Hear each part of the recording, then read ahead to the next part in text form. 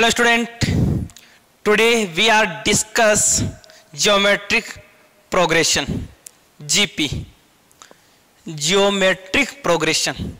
In previous lecture we are discuss about arithmetic progression. तो देखिए क्या होता है प्रोग्रेशन. फर्स्ट ऑफ ऑल मैंने आपको प्रोग्रेशन समझाया था, इसके बाद में अर्थमेटिक प्रोग्रेशन, अब ज्योमेट्रिक प्रोग्रेशन. एक्चुअल में क्या है प्रोग्रेशन? देखो पिछला जो लेक्चर था इसमें अर्थमेटिक प्रोग्रेशन किया था, तो वहाँ पे मैंने कुछ टर्म्स लिखी थी. जैसे मान लीजिए फर्स्ट टर्म थी, इसके बाद सेकंड टर्म था, थर्ड टर्म था और nth टर्म था. तो अर्थमेटिक प्रोग्रेशन में क्या किया था आप लोगों ने? एपी में क्या किया था? आपने डिफरेंस देखा था, next term and previous term, difference between next term and previous term. AP में T2 माइनस T1 चेक किया था. Similarly T3 minus T2 check किया था. Similarly T4 minus T3 check किया था. सिमिलरली Tn माइनस 1 चेक किया था. That is the constant term. वहां पे जो एक रिजल्ट आ रहा था वो एक कांस्टेंट टर्म आ रहा था, एक सेम वैल्यू आ रहा था. तो अपन बोला कि that sequence, that progression is called arithmetic progression. But now in geometric progression we have like same term T1, T2, T3 dot Tn. In the GP, in geometric progression, in GP the ratio of term and previous term, the ratio of next term upon previous term, second और first term का क्या निकालना है? Ratio निकालना है. Similarly third term and second term, similarly fourth term upon third term, similarly nth term and n minus 1th term is the constant, and that constant denoted R. R means ratio, that is called GP. अगर आप आगे वाली term और पीछे वाली term का ratio निकालेंगे और वो रेशियो एक फिक्स वैल्यू आएगा, इसको क्या बोलते हैं? Geometric progression. और जो रेशियो आएगा, जो एक वैल्यू आएगा, वो वैल्यू हमेशा क्या होना चाहिए? एक कांस्टेंट होना चाहिए. एक छोटा सा एग्जांपल लेता हूं. मान लीजिए मैंने एक छोटा सा सीरीज लिखा आपके सामने, एक 2 लिखा है, आफ्टर दैट 4, इसके बाद में 8, 16, 32. तो आप क्या देखेंगे कि सर इस नेक्स्ट टर्म और फर्स्ट टर्म का रेशियो 4/2, 8 और 4 का रेशियो, 16 और 8 का रेशियो, 32 एंड 16 का जो रेशियो है दैट आर इक्वल. ये सारा का सारा रेशियो क्या आ रहा है? सेम आ रहा है. और कितना आ रहा है? 2 आ रहा है. It means that series, that sequence is called geometric progression. तो इस तरह से बहुत सारी सीरीज पॉसिबल हो सकती है. कितना भी अपन सीरीज बना सकते हैं. जैसे मान लीजिए 3 बना दिया, 9 हो गया, 27 हो गया, 81 हो गया, इसके अलावा 243 हो गया. इस तरह से बहुत सारी सीरीज यहाँ पॉसिबल हो सकती है. तो यहाँ पे आप देखेंगे 3 और 9 का रेशियो 9/3, यहाँ 27 और 9 का रेशियो 27/9, 81/27. इन सब का आंसर एक सेम वैल्यू आ रहा है, कांस्टेंट वैल्यू आ रहा है. So it is called geometric progression. Okay, अब जरूरी नहीं है कि ये जो सीरीज है वो हमेशा असेंडिंग ऑर्डर में हो. ऐसा भी हो सकता है, ऐसा भी हो सकता है. मान लीजिए कोई एक टर्म गिवन है 1/2 एंड आफ्टर दैट 1/4, 1/8, 1/16, 1/32. तो यहाँ पे आप देखेंगे कि 1/4 एंड 1/2 का जो रेशियो आ रहा है वो कितना आ रहा है? यहाँ से कितना रेशियो आ रहा है? देखिए ये कैंसिल आउट 2 कितना आ रहा है? 1/2 आ रहा है. सिमिलरली आप इनका रेशियो गिवन है 1/8 1/4, तो 4 and 8 कैंसिल 1/2, यहाँ भी आप देख सकते हैं। इनका रेशियो देख लीजिए, इनका रेशियो देख लीजिए, ऑलवेज 1/2। कितना रेशियो आएगा 1/2। 1/4 को 1/2 से डिवाइड करेंगे तो रेशियो कितना आएगा 1/2। तो कॉमन रेशियो आर का वैल्यू क्या हो गया 1/2। तो सिंपल सी कहानी ये है, सिंपल सी कहानी ये है कि अर्थमेटिक प्रोग्रेशन में अपन नेक्स्ट और प्रीवियस टर्म का डिफरेंस चेक करते थे, और ज्योमेट्रिक प्रोग्रेशन में नेक्स्ट और प्रीवियस टर्म का रेशियो चेक करेंगे, और रेशियो क्या होना चाहिए, एक कांस्टेंट वैल्यू आएगा। ओके स्टूडेंट, आगे चलते हैं। देखिए यस, अपन ने जब एपी किया था तो एपी में फर्स्ट टर्म क्या लिया था, ए लिया था। सिमिलरली जीपी में क्या लेंगे, ए लेंगे। अगला जो टर्म आएगा वो एपी में ए प्लस डी लिया था, क्योंकि अपन डिफरेंस चेक कर रहे थे, यहाँ पे रेशियो लेंगे। तो अगला जो टर्म आएगा वो आएगा ए इंटू आर। अगला term a into r square. अगला टर्म ए आर की पावर 3। आप देख सकते हैं कि सर ये जो मेरा फर्स्ट टर्म आ रहा है, ये सेकंड टर्म है, ये थर्ड टर्म है, ये फोर्थ टर्म है, इन सब में डिवाइड करूंगा ए आर अपॉन ए, तो कितना आएगा आर। इसको इससे डिवाइड करेंगे आर, इस ए आर की पावर 3 को ए आर की पावर 2 से डिवाइड करूंगा आर, तो हर बार आपको क्या मिलेगा, कॉमन रेशियो आर मिलेगा। तो ये जो सीरीज आ रही A R square A R cube dot dot dot dot dot dot, ये जो nth टर्म आएगा जिसको अपन tn बोलते हैं या nth टर्म बोलते हैं, तो बेटा nth टर्म क्या आएगा। तो आप एक सीक्वेंस देखिए, बोलेंगे सर हर टर्म में ए आ रहा है, तो डेफिनेटली nth टर्म में भी ए आएगा, यहां तो कोई दिक्कत नहीं है। ओके, जो फर्स्ट टर्म है या आर नहीं है, सेकंड टर्म में आर की पावर 1 है, थर्ड में 2 है, फोर्थ में 3 है, मतलब जो टर्म है उसमें आर की पावर 1 कम है। देख लो, 2 में 1 है, 3 में 2 है, फोर्थ में 3 है, तो n में क्या होगी, आर पावर n-1। तो यहां से जनरल टर्म tn का फॉर्मूला याद रख लीजिए, ए आर की पावर n-1। जब भी आपको nth टर्म निकालनी हो तो डायरेक्टली फॉर्मूला याद रखें, A R power n-1। Okay student, तो अभी अपन कुछ क्वेश्चन डिस्कस कर लेते हैं, बिल्कुल बेसिक से क्वेश्चन है। देखिए क्या है क्वेश्चन। क्वेश्चन है what is the 7th term of sequence. इस सीक्वेंस का 7th टर्म कौन सा होगा। आप कहेंगे सर फर्स्ट तो √2 है, सेकंड √10 है, थर्ड 5√2 है। तो सबसे पहले मुझे ये बताइए विच इज द सीक्वेंस, कौन सा सीक्वेंस है, एपी है या जीपी है या एचपी है। हालांकि एचपी अभी अपन ने पढ़ा नहीं है, बट एपी और जीपी में कौन सा है। तो एक काम करता हूं, मैं जीपी ही चेक कर लेता हूं, मैं इसको इससे डिवाइड करूंगा, तो आप कहेंगे सर √10 अपॉन √2 करेंगे तो √5 आएगा, कोई दिक्कत नहीं है। यहां पे 5√2 को डिवाइड किया √10 से, कितना आएगा, ध्यान से देखिए बेटा, ये रूट का 2 और रूट का 10 से कटेगा, 5 अपॉन √5, और 5 को √5 से डिवाइड करेंगे तो कितना आ गया √5। तो यहां भी √5 है, यहां भी √5 है। इट मीन्स ये तो कंफर्म हो गया कि जीपी बनेगा, ज्योमेट्रिक प्रोग्रेशन बनेगा। तो ज्योमेट्रिक प्रोग्रेशन में 7th टर्म निकालना है, बहुत इजी सा फॉर्मूला है।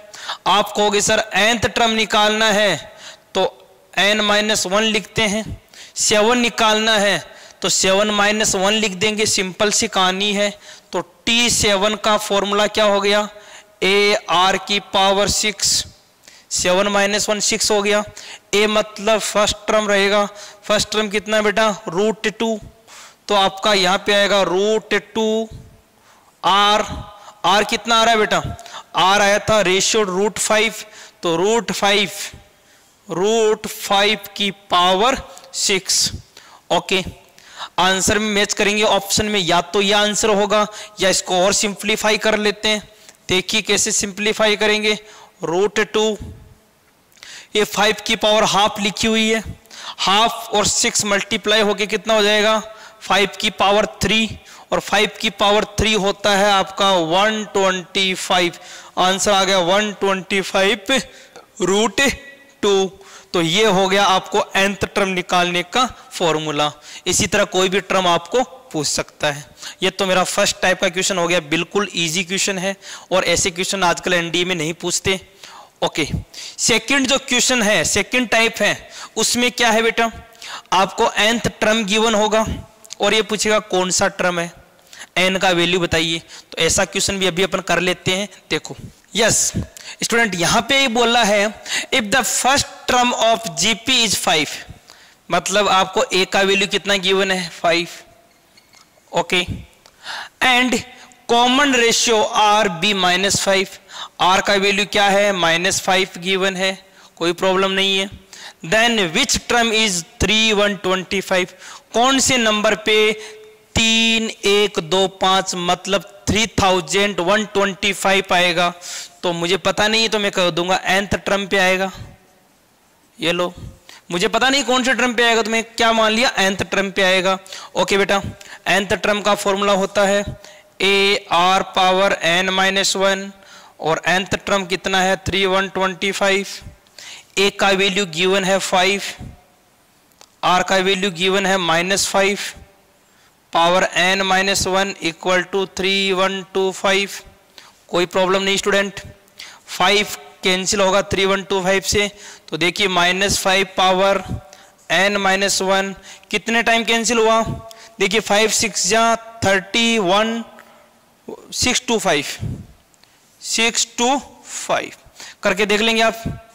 5 से काटेंगे 6, 30, 1 125 को 5 से करेंगे 25।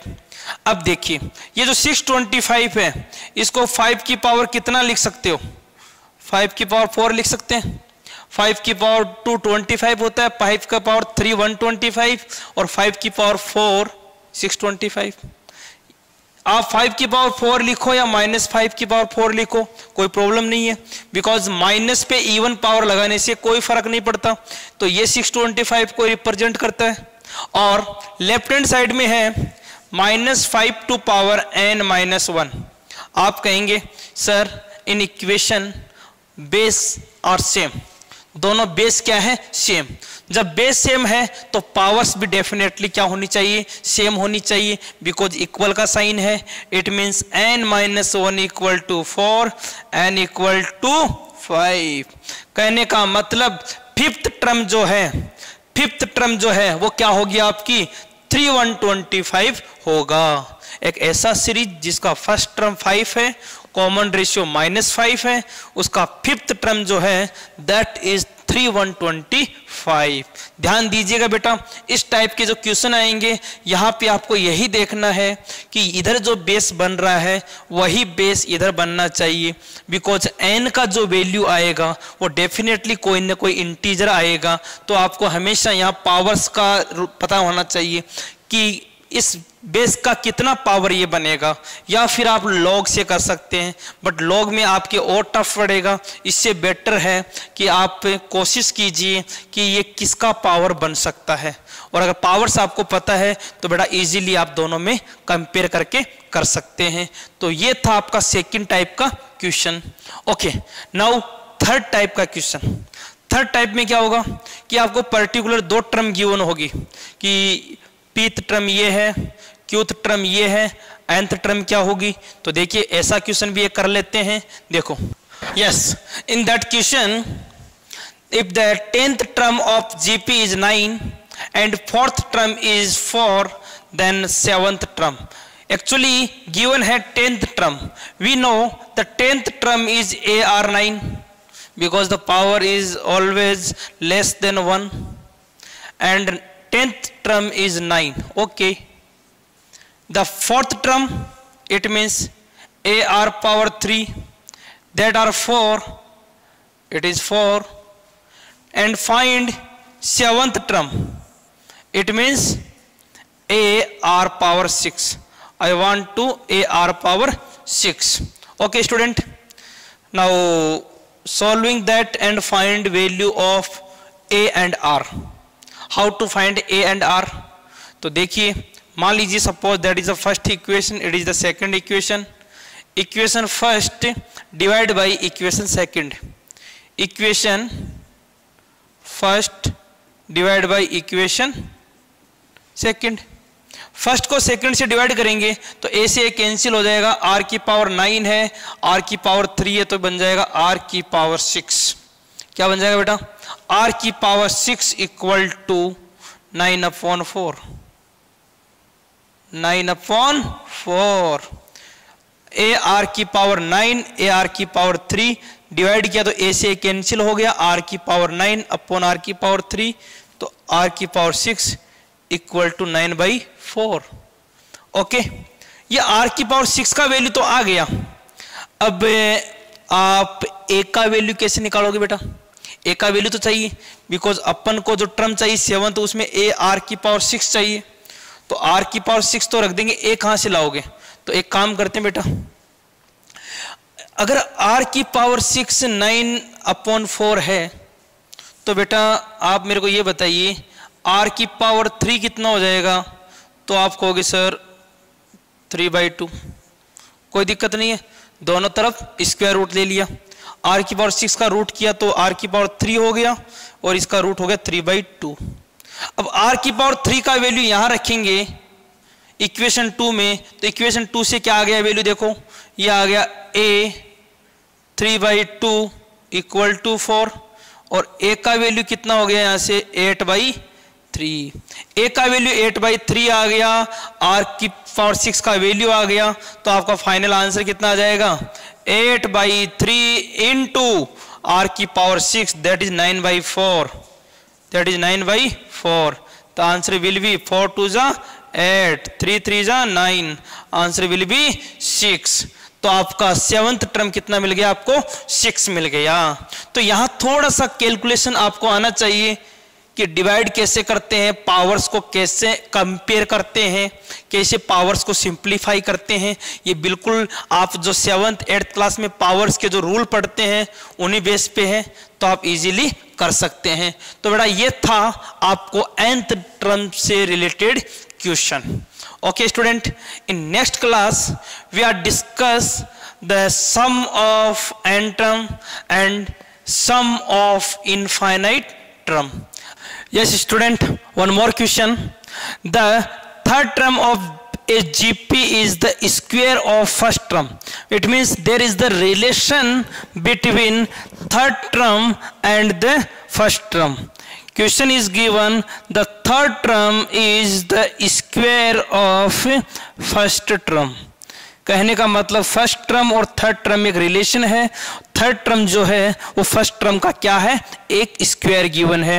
Okay student, if the second term is 8, we know the second term t2 is 8. Now find sixth term. Find sixth term.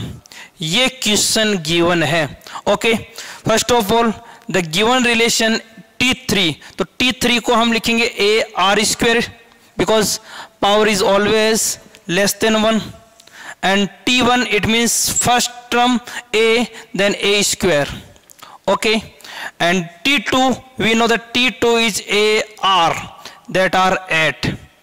Okay, now from that relation a to a cancel, r square equal to a. r square को अपन क्या बोल सकते हैं? a बोल सकते हैं. Okay student, तो यहाँ a रखेंगे तो ये बन गया r की power 3 equal to a, then r equal to 2. r का वैल्यू कितना मिल गया? 2. r का वैल्यू 2 आ गया. r का वैल्यू 2 यहां पुट कर देंगे, यहां पुट कर दो, कहीं भी पुट कर दीजिए, तो a का वैल्यू मिल जाएगा 4. r का वैल्यू 2 है, a का वैल्यू 4 है. Now find sixth term. What is the sixth term? a r power 5. तो a is 4 and r is 2 power 5.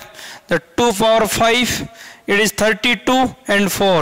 So 4 into 32 is the answer 128, that is the answer. तो इस तरह से कई बार टर्म्स के बीच में रिलेशंस गिवन होते हैं और वहां से भी आपको क्वेश्चन पूछ सकते हैं।